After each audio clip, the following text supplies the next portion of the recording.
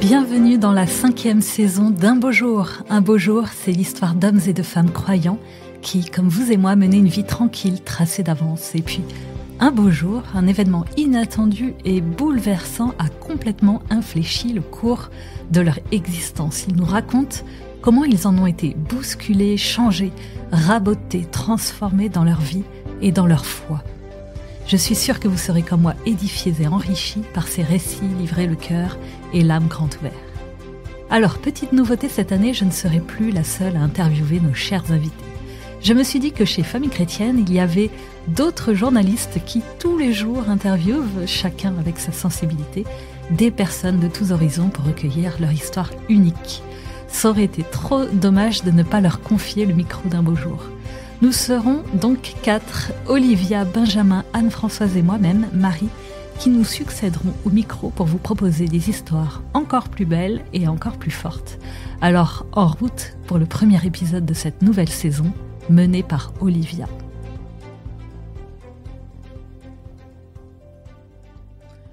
Aujourd'hui, je rencontre Marie-Ange de Montesquieu.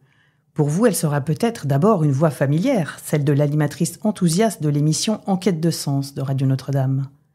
La femme qui se cache derrière s'est révélée récemment dans un ouvrage, Nous, mères qui sommes sur Terre, publié chez Artege, où elle raconte le bébé qui s'est invité par surprise à 37 ans dans une vie de célibataire trépidante, pas très pratiquante. Je l'ai rencontrée une première fois pour le magazine Famille Chrétienne. J'ai énormément aimé son authenticité et son bagou sans filtre, les doutes à pouvoir accueillir ce bébé qu'elle expose avec humilité, son chemin de foi chaotique et la rencontre lumineuse avec sa petite Adèle qui l'a réconciliée avec la vie et avec Dieu. Bonjour Marie-Ange. Bonjour Olivia. Merci de votre présence au micro d'Un beau jour. Pour commencer, est-ce que vous pouvez nous présenter l'objet symbolique que vous avez apporté qui raconte votre histoire ?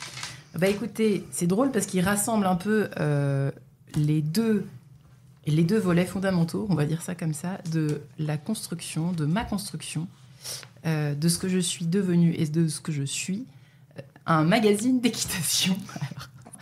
On dirait un peu l'achat compulsif d'une ado de 15 ans. Le magazine Cheval Magazine. Un magazine d'équitation, il y en a beaucoup. Alors, je ne sais pas si on peut citer la marque, mais bon. Si. Écoutez, Cheval Magazine, voilà, qui d'ailleurs, j'ai été abonnée pendant des années quand j'étais ado.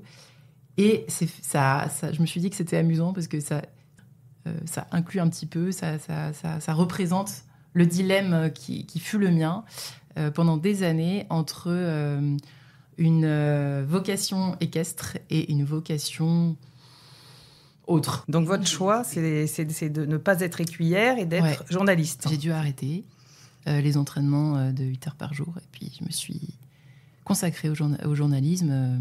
Donc vous avez apporté cet objet qui témoigne de votre dilemme. Donc vous avez eu plusieurs... de mes passions. De votre passion. qui m'a sauvée quand j'étais ado et malheureuse. Parce que je pense que j'ai toujours eu un tempérament un peu mélancolique quand même. Et je pense que le cheval complète, en fait, apporte une sorte d'éponge émotionnelle qui rééquilibre un peu les choses. Et c'était ma planche de salut, notamment quand j'étais en terminale. C'était le jeudi soir à 21h. Mais ça a été une passion fulgurante, quoi, une rencontre incroyable. Pourquoi vous étiez malheureuse à ce point-là ? C'était structurel. Je crois que je dois être, je sais pas, née sous une mauvaise étoile. Qui sait, je ne sais pas. Parce que vous venez d'une famille assez classique, apparemment, non ? Ça veut rien dire. Hein. Vous savez, classique, tous les tempéraments. Hein, chez des gens classiques, dans une famille classique, comme vous dites. Non, c'est une question de tempérament. Il y a une question de génétique, certainement aussi, mais c'est vrai que derrière un tempérament un peu joyeux, enjoué, souvent se cache une part d'ombre plus prononcée peut-être que la moyenne. Je sais pas. Je renonce pas à ça. Hein. C'est moi d'abord. De toute façon, je connais très jamais quelqu'un d'autre. Enfin, c'est ma personnalité. Mais ça m'aide. Enfin, j'aime bien moi mon côté sombre. C'est pareil. Bien sûr. Mais l'équitation équilibrait, ouais. Effectivement, le cheval équilibrait. C'était mon petit rendez-vous du jeudi et ça m'a vraiment aidée, ouais. Non, ma question, c'est de savoir si par rapport à vos parents, ou si par rapport à votre famille, par rapport à votre vie, vous aviez eu... C'est pas très bien, oui. D'accord. C'était pas très simple, effectivement. On bougeait beaucoup. C'était un peu déséquilibré côté... je vais pas détailler ici, mais mes parents vivaient des choses difficiles côté finance, côté financier, côté professionnel. Et moi, j'étais... au milieu de ça. Et en même temps, ça m'a aguerri, je pense aussi beaucoup. Maintenant, je vois avec un autre regard. Alors, est-ce que c'est pour ça que vous n'aviez pas tellement envie de maternité, ce qui est assez rare pour une femme, de pas du tout... on en voit de plus en plus maintenant. Je pense que la parole se libère, mais c'est vrai que oui, c'est pas. En tout cas, dans un certain milieu, c'est peut-être encore un peu mal vu. Est-ce que vous voulez dire est-ce que c'est pour cette raison que je voulais pas d'enfant, que j'étais triste ? Oui, notamment, oui. C'est possible, je sais pas. En fait, je pense que je m'imaginais pas le futur. Je voulais pas penser à l'avenir. J'étais un petit peu. Je pense que je me protégeais dans une espèce de bulle. Je regardais beaucoup de films. Je me plongeais beaucoup, comme je vous l'avais dit précédemment dans l'interview de Famille chrétienne, je crois, hein, Olivia. Oui. Je regardais beaucoup de vieux films. Ça me transportait. J'avais vraiment besoin de beaucoup d'ados sont comme ça, faut dire. Mais faut le dire. Mais j'avais besoin de rêves. Je me réfugiais beaucoup dans le rêve, mais pas dans le réel du tout, ni donc dans l'avenir. Pour moi, c'était quelque chose de cauchemardesque de me figer à un horizon avec une famille et des enfants. C'était juste impossible pour moi de me projeter une vie pareille. C'était pour moi la prison, comme je vous l'avais déjà dit. Et moi, j'ai toujours voulu me laisser m'imaginer qu'il y aurait toujours du choix dans ma vie. Bon, c'est très cliché de dire ça, parce que je suis le fruit d'une époque empoisonnée par justement l'injonction au bonheur.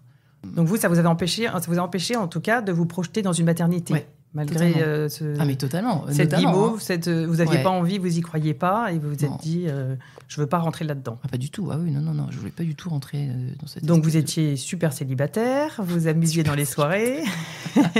Non, mais c'était pas que ça. J'étais pas heureuse non plus, quoi. Enfin, de toute façon, je pense qu'on est ni vous ni moi, nous sommes heureuses.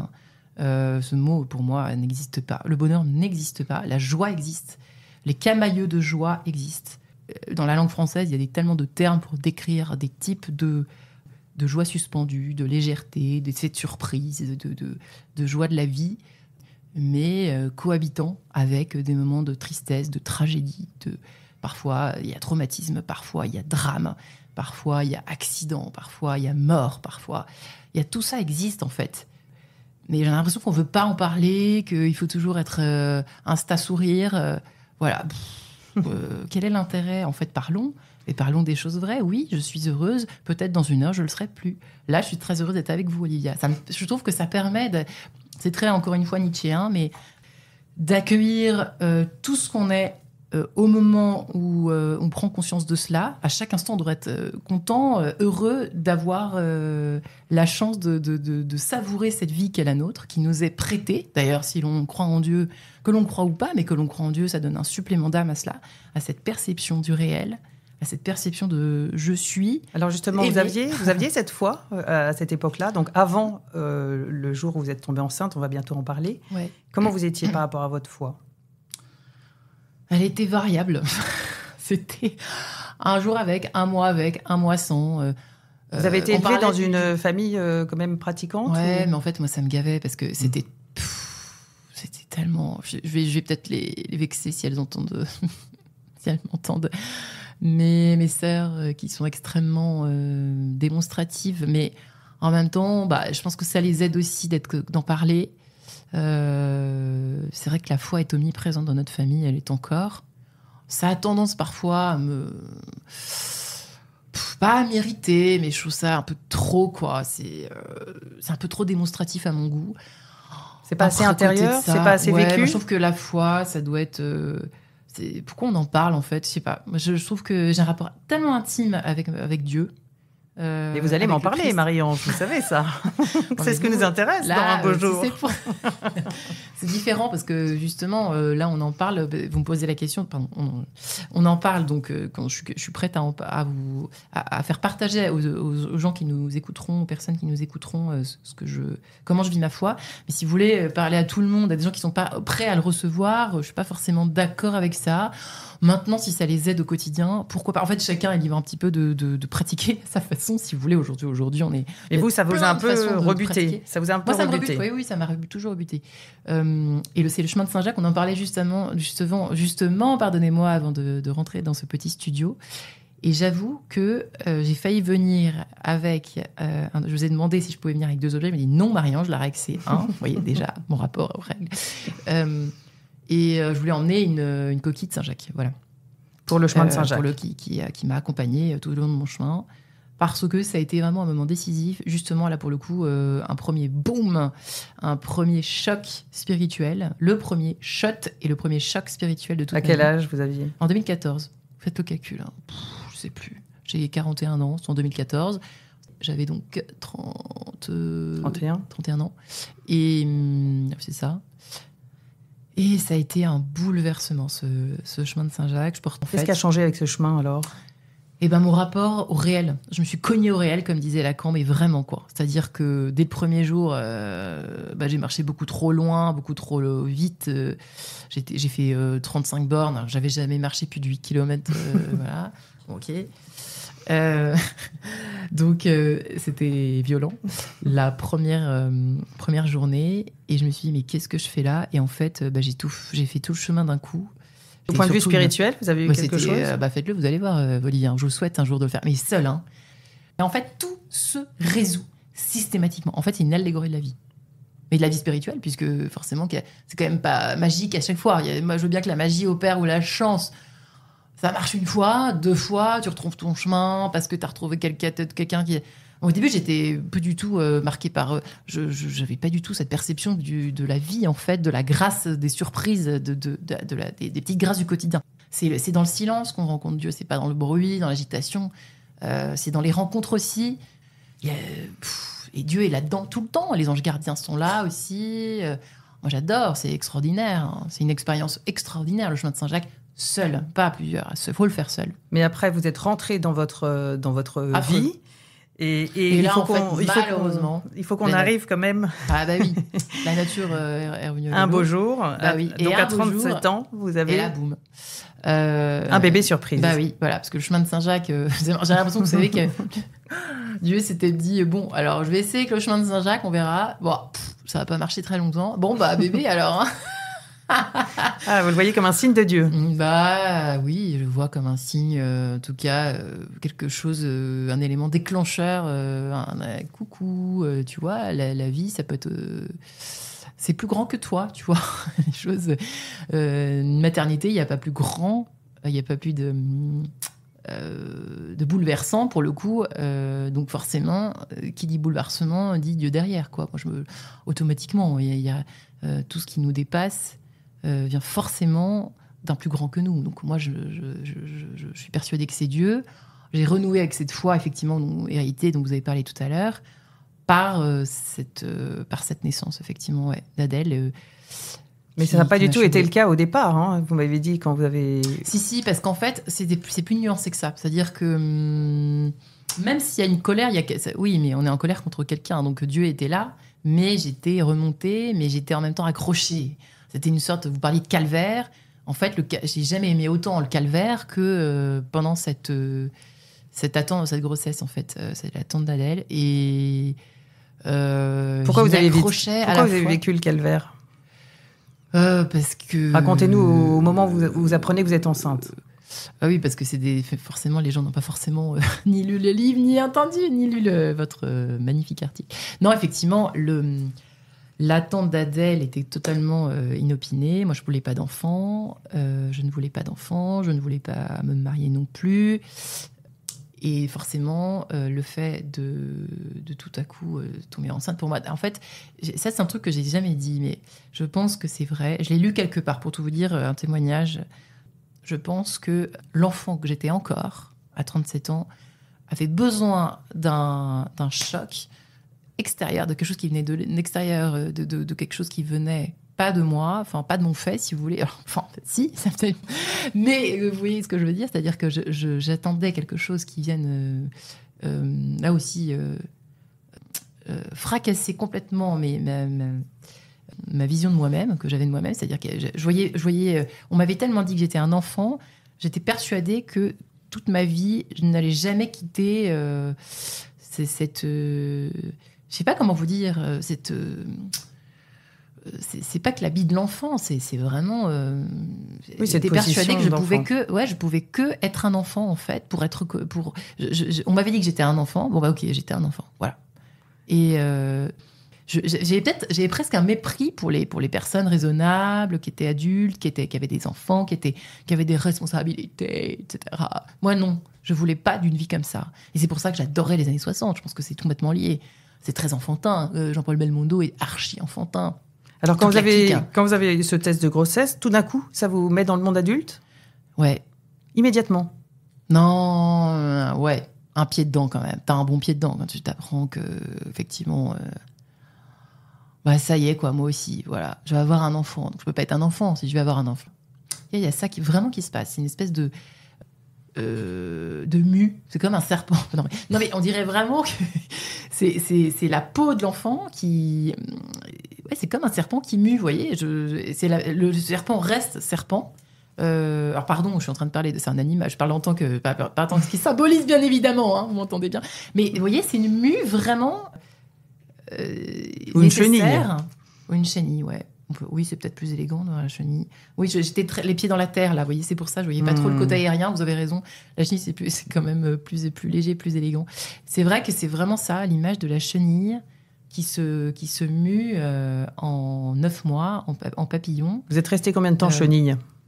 C'est ça, ça a été la lutte contre la chenille, contre la petite chenille que j'étais depuis la naissance. Et il a bien fallu 9 mois. Je pense que là, les 9 mois, ils ont été nécessaires. Parce que là, pour le coup, effectivement, le fait de passer par des moments bien sombres, quoi. Des moments... racontez-nous ces côtés sombres, parce que vous m'avez dit que vous vouliez témoigner aussi pour aider les femmes à discerner quand elles sont enceintes. Ouais. Alors, effectivement, que l'on ait la foi ou pas, de toute façon, ça marche quand même. On passe par les mêmes... En fait, d'ailleurs, ça m'a été dit des femmes qui ont lu mon livre.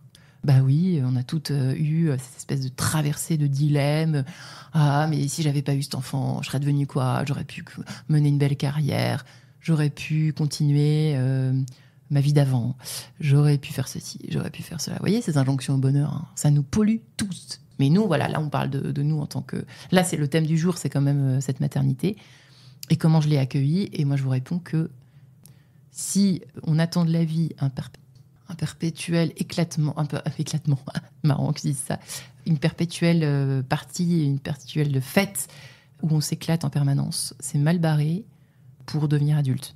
Et adulte accompli, parce que c'est pas parce qu'on est adulte qu'on est malheureux, hein. Mais c'est vrai qu'il y avait quand même, moi je sais pas si vous êtes d'accord avec moi, Olivia, mais je pense qu'il y avait quand même ça. Donc forcément, un enfant là-dedans, mais qu'est-ce que ça vient faire là ? Et alors vous avez hésité ? Qu'est-ce que vous avez fait quand oui, vous avez hésité à le garder ? J'espérais presque parfois qu'elle s'en aille d'elle-même. Vous voyez, je le dis comme un enfant le dirait, c'est drôle. Quelles étaient vos peurs, toutes vos peurs ? Que tout s'écroule. Que tout s'écroule. Et comment je vais faire ? Comment je vais être... Alors, la réputation, en fait, finalement, ça a été la première peur, la réputation. Mais en fait, au contraire de ce qu'on imagine, une fois qu'on est persuadé qu'on va garder... une fois que j'étais persuadée que j'allais garder cet enfant... Combien de temps vous avez mis à savoir ce que vous alliez garder ? Ça a toujours été compliqué. Pendant 3 mois, je pense que j'hésitais. Les 3 premiers mois ont été vraiment très durs. Alors, qui vous a aidé à discerner ? Par exemple, le père de l'enfant, est-ce qu'il son attitude vous a aidé ? Ouais, je pense que ça a beaucoup aidé. Et je plains effectivement les femmes. D'ailleurs, beaucoup m'ont écrit après le livre, à la sortie du livre, en me disant que effectivement, souvent, mais pas toujours. Hein, parfois, c'est pas ça. Hein, attention. Mais souvent, c'est vrai que le papa... Qu'est-ce qu'il vous a dit ? Enfin, le géniteur, le partenaire veut parfois le mari, hein, ça arrive aussi, ne veuille pas garder l'enfant, etc. Et influence énormément. Les hormones font qu'on est fragile aussi à cette période.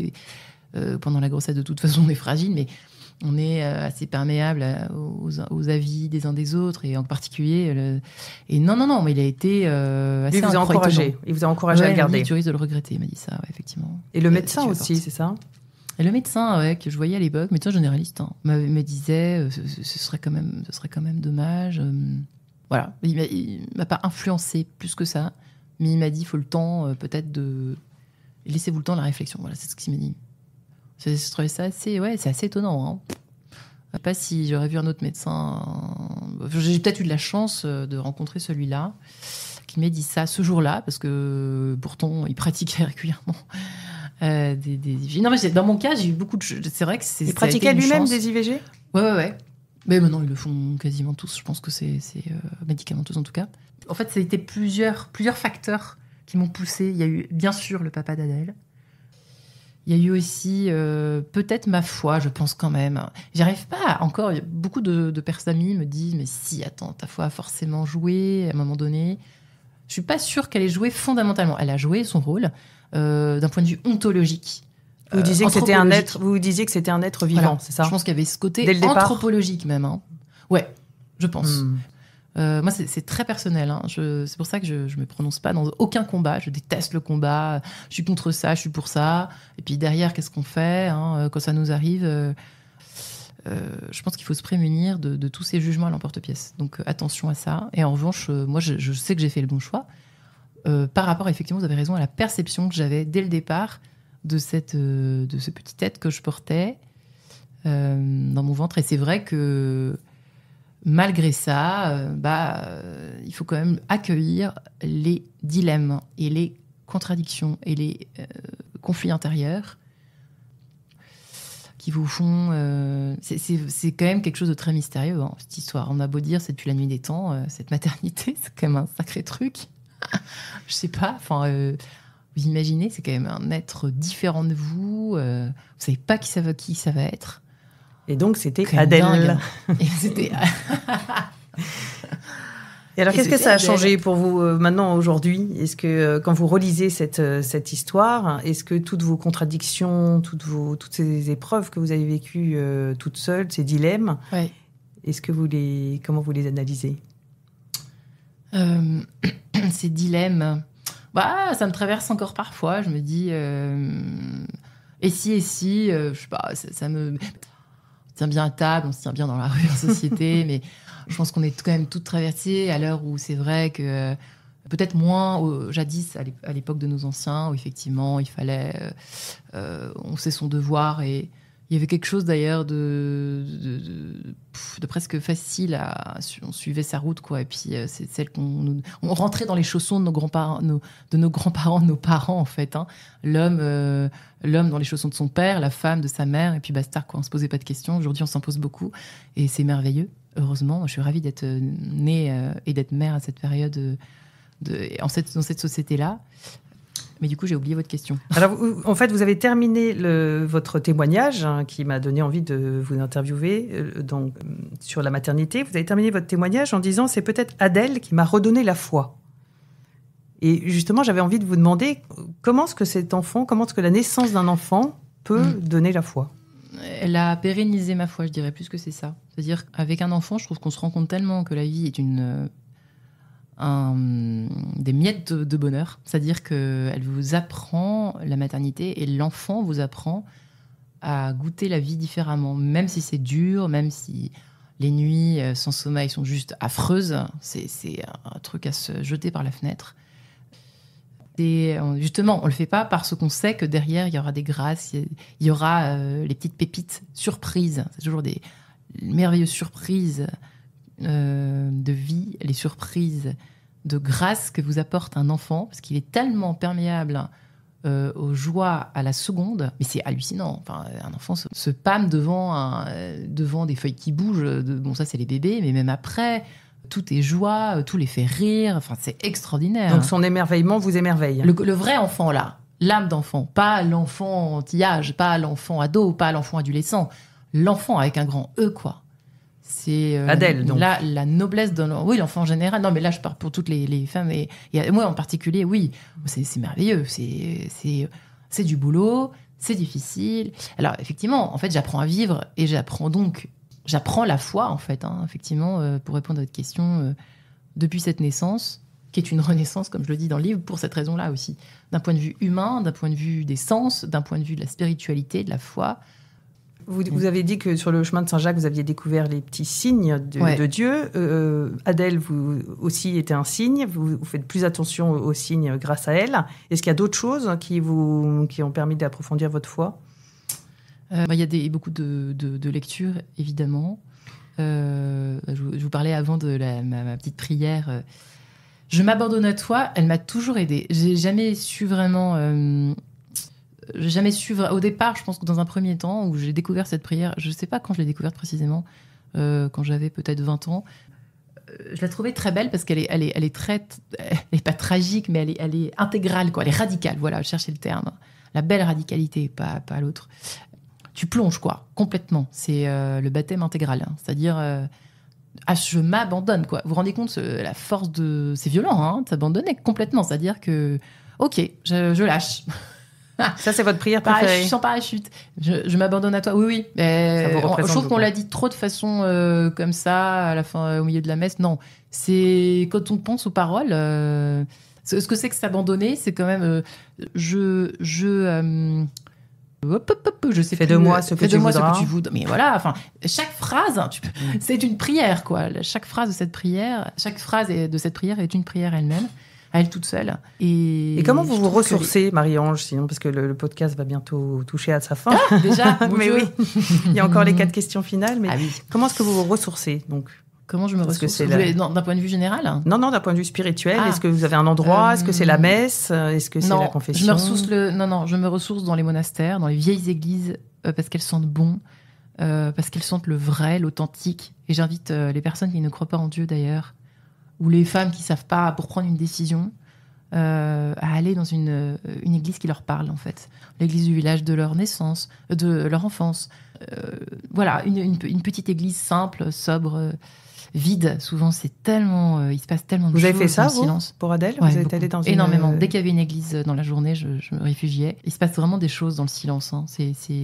Dieu parle vraiment dans le silence, je trouve. Je trouve que on ressort de là, on rentre dans une église, on ressort vide. Non, mais il se passe aussi des choses à la messe, bien évidemment, mais je trouve qu'on ressort plus... comme si on avait pris des vitamines, quoi. Je sais pas, il y a quelque chose qui se passe. Donc les monastères, un en particulier?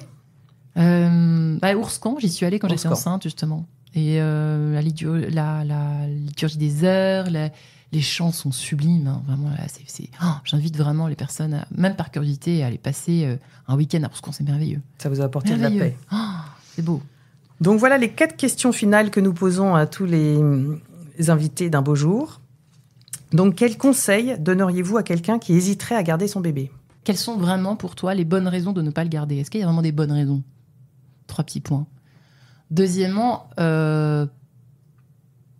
pour qui tu ne veux pas le garder? Troisièmement, imagine-toi dans 5 ans.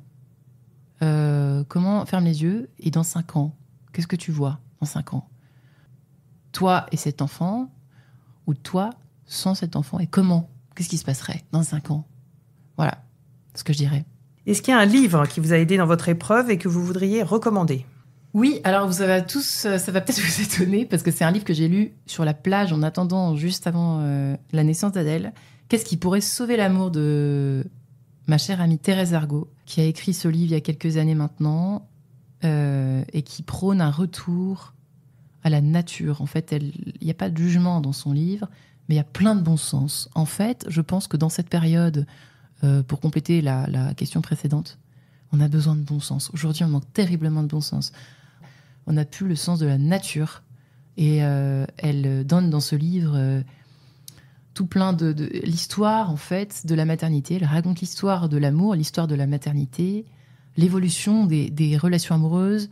Elle parle du Moyen-Âge, elle parle du XVIIIe siècle, et qu'est-ce que c'est devenu aujourd'hui. Et comment ça vous a aidé? Comment ça vous a aidé? Parce que prendre conscience qu'en fait, en fait, c'est la vie à chaque fois qui hurle, tout hurle la vie, en fait. La vie, vous voyez, une plante pousse n'importe où, sur l'autoroute. Moi, ça m'a toujours...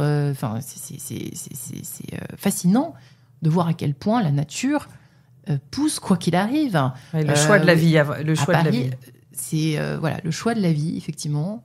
Parce que la vie, de toute façon, gagne toujours, quoi. La vie, quoi qu'il arrive. Même si on garde pas l'enfant, la vie, il y aura quelque chose de vivant, forcément, à un moment donné. Un peu moins, quand même.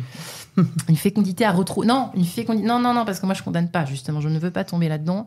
Et justement, pour ces femmes qui l'ont fait, je m'adresse aussi à elles aujourd'hui, c'est que il va falloir, justement, cette vie qui n'a pas pu advenir, il va falloir alors venir faire féconder autre chose. Féconder autre chose. Et ça, c'est vital. Merci. Et donc, votre prière préférée, vous nous l'avez dite. Je m'abandonne à toi. Voilà. Ô Père, je m'abandonne à toi. Fais de moi ce que tu voudras. La dernière question. Si vous aviez le Christ en face de vous, que lui diriez-vous aujourd'hui vis-à-vis de ce bouleversement que vous avez connu ? Est-ce que j'ai fait le job ? Merci 1000 fois, Marie-Ange de Montesquieu, pour ce témoignage très authentique. C'est passé trop vite, pardon. Oui, j'ai trop parlé. Pas du tout. Et à bientôt. Merci, Marie-Ange. Merci de nous avoir écoutés. Nous espérons que cet épisode vous a plu. N'hésitez pas à le partager autour de vous, surtout à ceux qui ont le plus besoin d'être réconfortés dans leur chemin de foi. Et n'hésitez pas à nous rejoindre sur nos réseaux sociaux, les podcasts de FC. Si vous avez aimé ce témoignage, découvrez chaque semaine une rencontre avec un témoin touché par la grâce dans le magazine Famille Chrétienne. Enfin, ceux qui nous écoutent via iTunes ou Apple Podcast, si vous pouviez mettre une note de 5 étoiles, cela permettrait au podcast de remonter dans les recommandations et de le faire connaître à plus de monde. Un grand merci et rendez-vous le premier lundi de chaque mois pour un nouvel épisode.